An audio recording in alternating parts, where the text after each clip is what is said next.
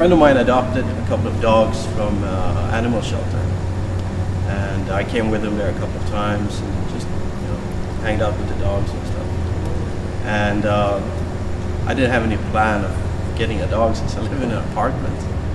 But I told them if they get any Rottweilers that they, any condition or whatever, just give me a call. And several months later, they gave me a phone call at 8 o'clock in the morning. And they said that the night before they got 2 dogs, a male and a female. And told me to come down in the morning to have a look. And I was there, checked them out. And Gorm was pretty skinny. And with the description pretty skinny, it was skin and bones. And he was sitting in a corner because he couldn't walk. His legs was pretty messed up. And they told me that they didn't have any big hopes and stuff for him, but if I wanted to try, take him home. So I took Gorm home. They wanted me to take both of them, but one was enough.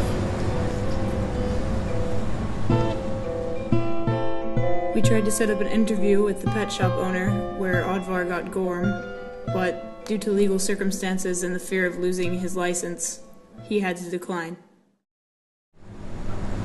We came to the veterinary station at the Polo Club, and they examined him and did x-ray, and the vet was pretty positive to get him back on his legs again. So a couple of days later, they prepared him for operation in the morning, and I was supposed to come back in the evening to pick him up. And they called me after a couple of hours, and they said, "Your dog is singing."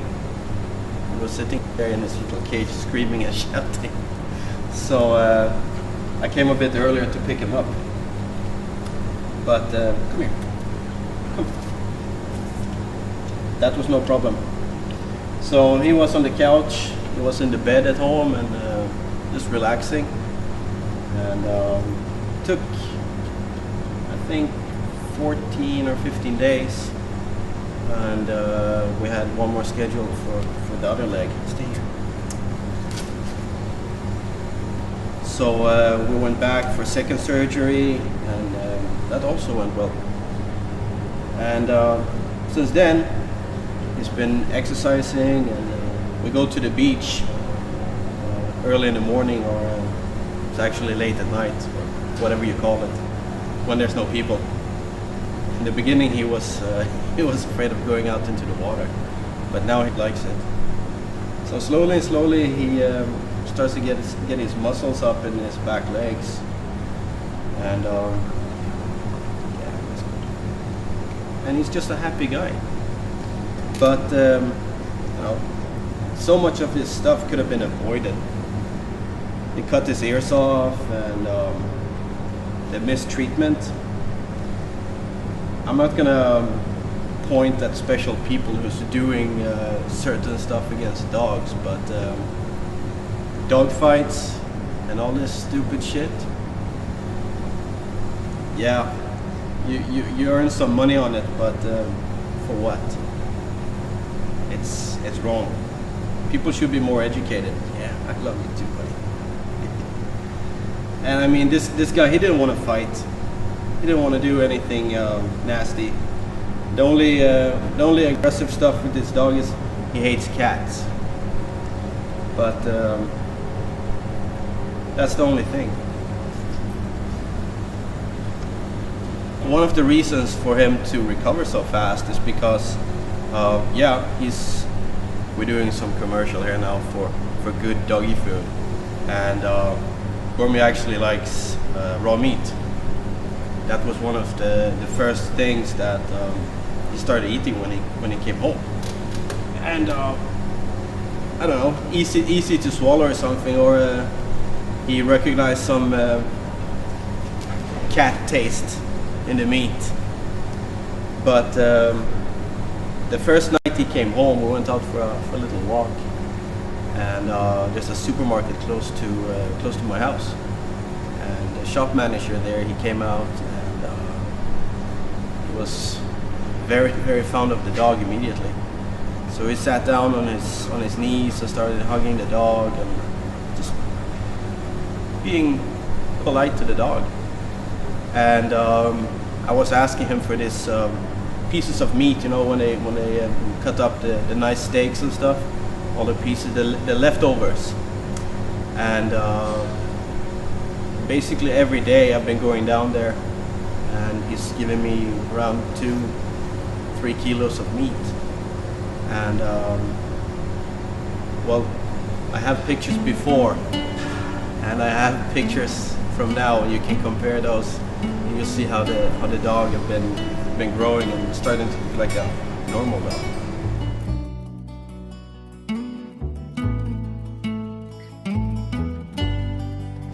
Gorm has he's very afraid of tight spots and, you know, small places.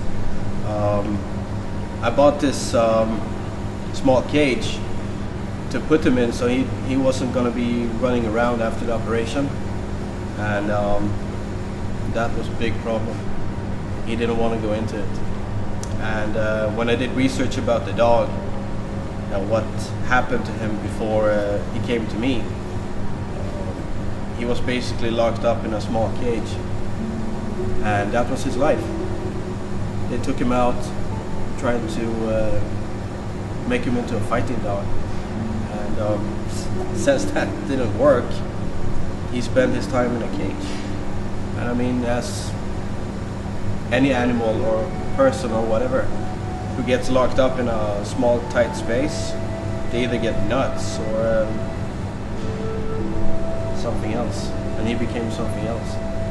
He's a great family dog, and he loves kids for breakfast, for lunch, evening dinner.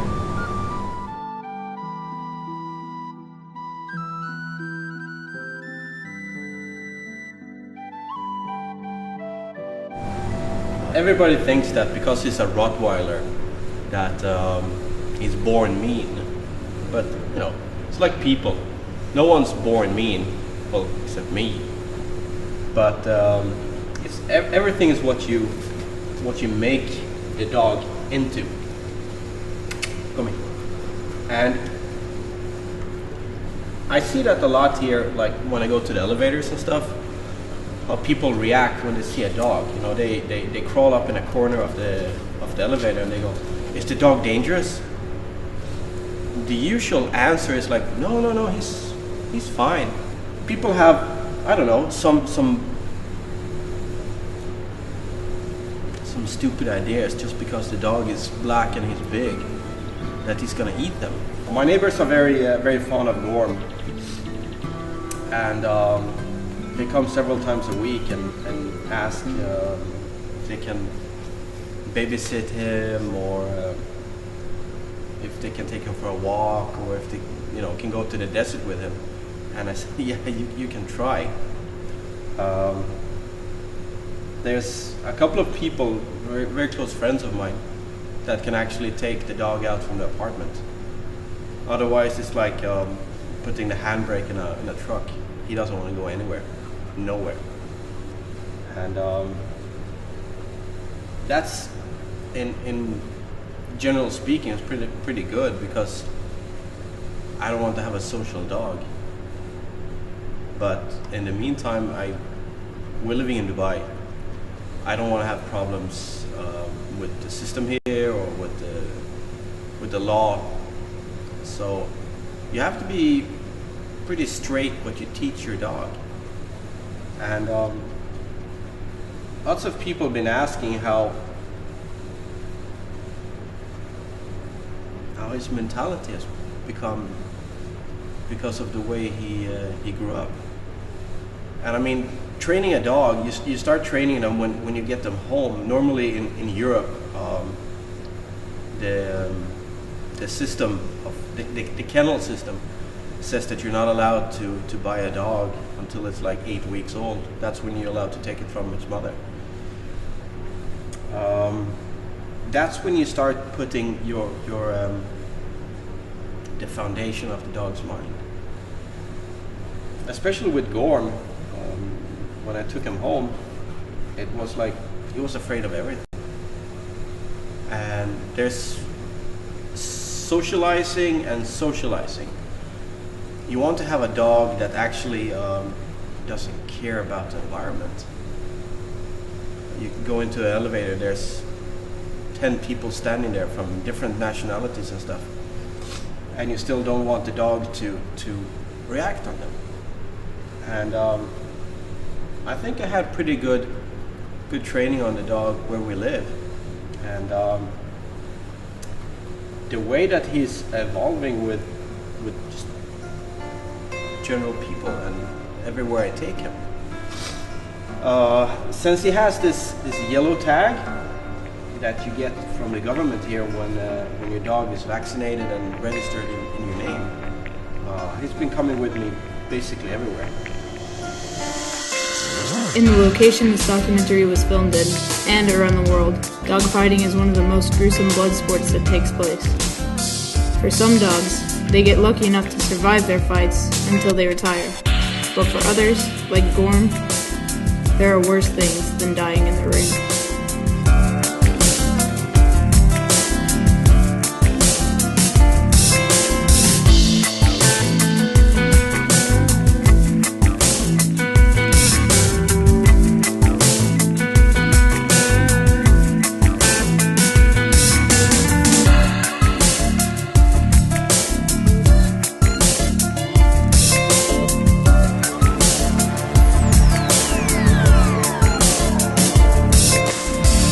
A lot of people say that animals don't have souls, but I disagree. Audie didn't have to tell me his dog's story, because Gorm's eyes told me everything.